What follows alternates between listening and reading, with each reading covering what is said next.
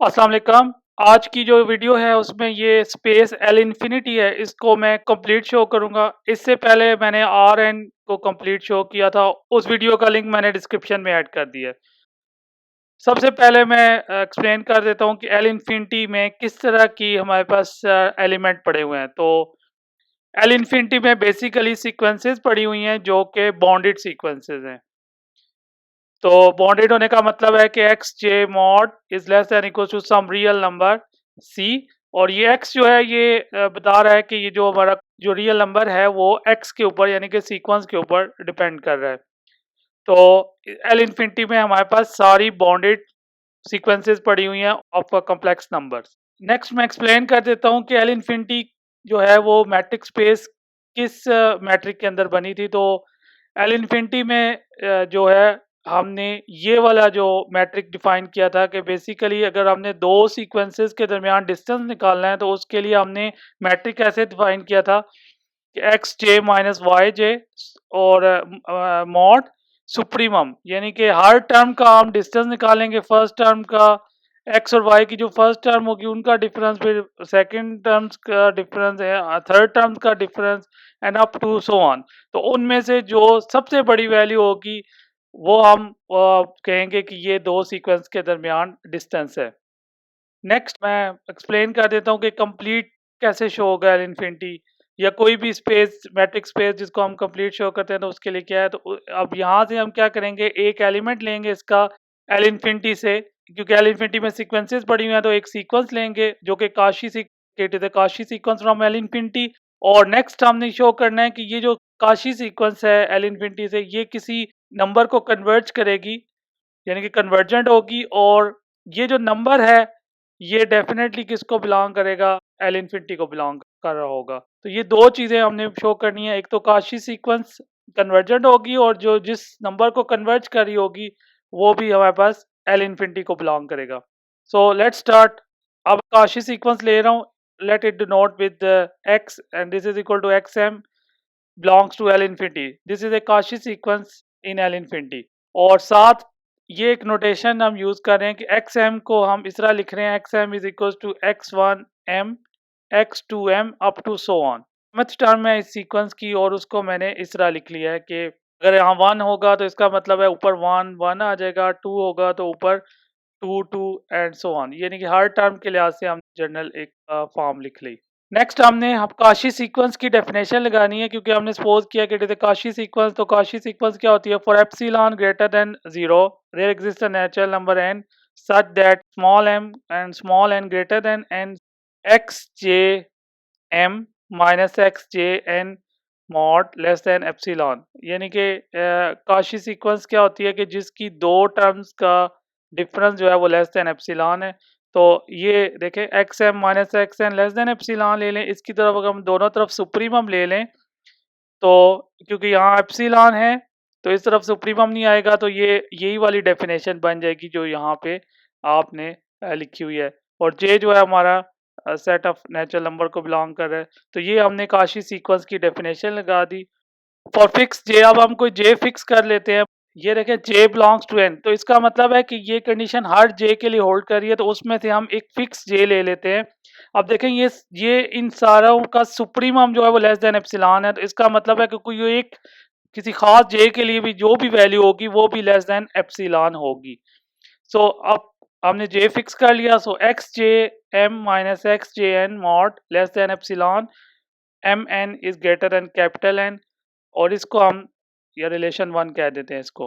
अब हर जे के लिए ये काशी सीक्वेंस है कि जब हम मॉड यूज करते हैं तो इसका मतलब है कि ये काशी सीक्वेंस है इन आर, ये इंपॉर्टेंट स्टेप है। So it is a Kashi sequence in are for fixed j x j1 x j2 up to so on is a Cauchy sequence in R set of real numbers। और set of real number क्योंकि complete है इसलिए हर Kashi sequence are में converge करती है। So this Kashi sequence जिसको मैंने ले लिया एक्स जे और ये जो नोटेशन हम यूज हम कर रहे हैं converges to some number, let's suppose कि हम ये नंबर ले रहे हैं एक्स जे। तो as M approaches to infinity, अब देखें यहाँ पे हमारे पास कितनी सीक्वेंस है। अब जे की हम वैल्यूज चेंज करते जाएंगे तो हमारे पास यहाँ पे लिमिट्स भी आती जाएंगी। फॉर एग्जांपल अगर j को मैं 1 ले रहा हूँ तो x1 m converges to x1, x2 m converges to x2, x3 m converges to x3 and so on. तो इसका मतलब है हमारे पास ये इनफाइनाइट लिमिट्स आ रही हैं ना करस्पॉन्डिंग टू दीज सीक्वेंसेस। तो इन इन लिमिट्स को यूज करके ये जितनी भी इनफाइनाइट लिमिट्स हैं इनको यूज करके हम एक सीक्वेंस बना लेंगे और इस सीक्वेंस को डिनोट करेंगे एक्स के साथ। और ये सीक्वेंस एक्स किन एलिमेंट पर कंसिस्ट कर रही होगी, x1 x2 up to so on. अब हमारा प्रूफ कंप्लीट हो जाएगा अगर हम ये शो करें कि ये जो x है, ये जो x है जो अभी हमने सीक्वेंसेस की लिमिट्स को यूज करते हुए बनाया है, ये एल इन्फिनिटी को बिलोंग करे। एक तो ये चीज हमने शो करनी है। दूसरा हमने ये शो करना है कि ये जो एक्स एम सीक्वेंस हमने काशी सीक्वेंस ली थी एल इन्फिनिटी को, वो एक्स को कन्वर्ज करी है। अगर ये दोनों हम शो कर देंगे तो ये हमारे पास कंप्लीट हो जाएगा।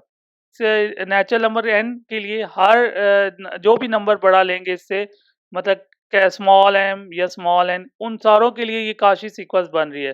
रिलेशन वन है, इसमें मैं एन के लिए भी ये कन्वर्जेंट है, एम के लिए भी कन्वर्जेंट है, तो किसी एक के लिए हम यूज कर लेंगे।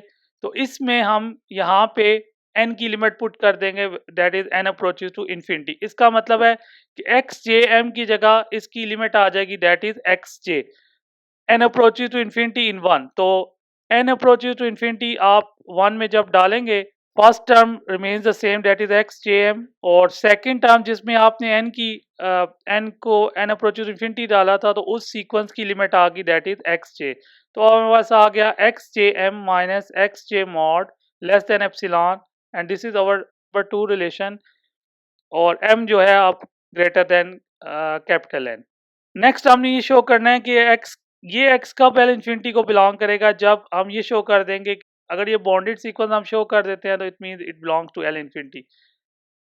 हमने स्टार्ट में एक्स एम को लिया था कि X M is equals to X J M belongs to L infinity, ये हमने इस तरह की टर्म डिफाइन की थी। इसका मतलब क्या हुआ कि क्योंकि ये एल इन्फिनिटी से ले रहे हैं तो ये it means X M is a bounded, ये जो सीक्वेंस होगी ये बॉन्डेड होगी, it means there exist some real number K M, ये एम जो है ये इस एम को करस्पॉन्ड कर रहा है, सच दैट जितनी भी एक्स जे एम की जितनी भी टर्म्स होंगी वो less than equal to K M होगी for all J belongs to set of natural numbers. तो ये जो by definition of L infinity हमारे पास ये चीज़ आ गई, क्योंकि इसके अंदर बॉन्डेड सीक्वेंस है और बॉन्डेड सीक्वेंस बॉन्डेड होने का मतलब लिख दिया। अब लें एक्स मॉड, इसमें हमने एक्स मॉड में एक्स जे एम ऐड भी कर दिया, एक्स जे एम सब्ट्रैक्ट भी कर दिया। बाय ट्राइंगल इनक्वालिटी हम इसको इस तरह लिख सकते हैं, X J M minus X J mod plus x J M mod, और ये जो टर्म है ये लेस देन एप्सिलॉन बाय 2 में अगर देखें तो ये x J M minus X J mod less than epsilon आ रही है, और ये जो टर्म है एक्स जे एम मॉड ये के एम से लेस है। तो इन दोनों की जगह इनसे जो बड़ी वैल्यूज हैं अगर हम डालेंगे तो हमारे पास ये रिजल्ट आ जाएगा, x x mod less than epsilon plus के एम। और ये देखें ये दोनों कांस्टेंट जो हैं वो इसकी जो वेरिएशन है उसके ऊपर डिपेंड नहीं कर रहे, it means it is a bonded sequence. अब हमने शो करना है कि एक्स एम जो हमारे पास सीक्वेंस है, जो काशी सीक्वेंस है, वो इस एक्स को कन्वर्ज कर रही है। तो उसके लिए सब अगेन हम जो एल इन्फिनिटी के ऊपर मैट्रिक की डेफिनेशन है वो यूज करेंगे, D X M X, this is basically equals to supremum X J M minus X J mod less than epsilon where M is greater than capital N. Metric में हम एक sequence को convergent कहते हैं अगर distance X X N comma X, ये जो distance है वो लेस देन एप्सिलॉन आ जाए for all small M greater than capital N. तो अगर ये वाली कंडीशन होल्ड कर जाए तो हम कहते हैं कि ये हमारे पास कौन सा एक्स एम किसको कन्वर्ट करेगी, एक्स को। अब यहाँ पे ये एक्स एम लिया और ये एक्स लिया, क्योंकि एक्स एम जो है वो उसकी जो आपने mth टर्म लिखी थी वो इस तरह लिखी थी, और एक्स की जो है टर्म है वो एक्स जे आ जाएगी। तो ये हमारे पास जो उसका एल इन्फिनिटी पे जो मैट्रिक की डेफिनेशन है ये हमारे पास क्या है, this is less than epsilon. ये हमने यहाँ पे वैल्यूज पुट की हैं 2 में, 2 को यूज किया। ये देखें ये मैंने 2 को यूज़ किया है यहाँ पे XJM minus XJ less than epsilon, क्योंकि ये XMJ ये XM की टर्म है और XJ जो है X की टर्म है। तो अगर सुप्रीम हम दोनों तरफ ले लेंगे तो लेफ्ट राइट साइड पे सुप्रीम इधर क्योंकि J नहीं है तो जस्ट एप्सिलॉन रहेगा और लेफ्ट साइड पे सुप्रीमम आ जाएगा और इस सुप्रीमम को हम लिख सकते हैं D of XM comma X, और यही हमने एंड में लिखा है। So d of x mx is equal to supremum of x jm minus x j mod less than epsilon। और देखें यहाँ से ये वाली कंडीशन होल्ड कर गई कि d of x mx is less than epsilon for m greater than capital N, और यही शो कर रहा है कि this xm converges to x। और क्यों अब दोनों कंडीशन हमने प्रूव कर दिए हैं, एक्स को भी बता दिया ऊपर कि एक्स एल इन्फिनिटी को बिलोंग कर रहा है, ये X belong to L infinity, और अभी आपने शो कर दिया कि एक्स एम जो है वो कन्वर्ज कर रहा है इसी एक्स को, ये जो अभी हमने शो किया कि it belong to L infinity. तो ये दोनों कंडीशन होल्ड करके कि कॉची सीक्वेंस कन्वर्जेंट भी है और जिस नंबर को कन्वर्ज कर रही है वो एल इन्फिनिटी को बिलोंग कर रहा है। तो this shows that L infinity is complete. Channel को लाजमी सब्सक्राइब करें, वीडियो को लाइक करें। Thanks for watching.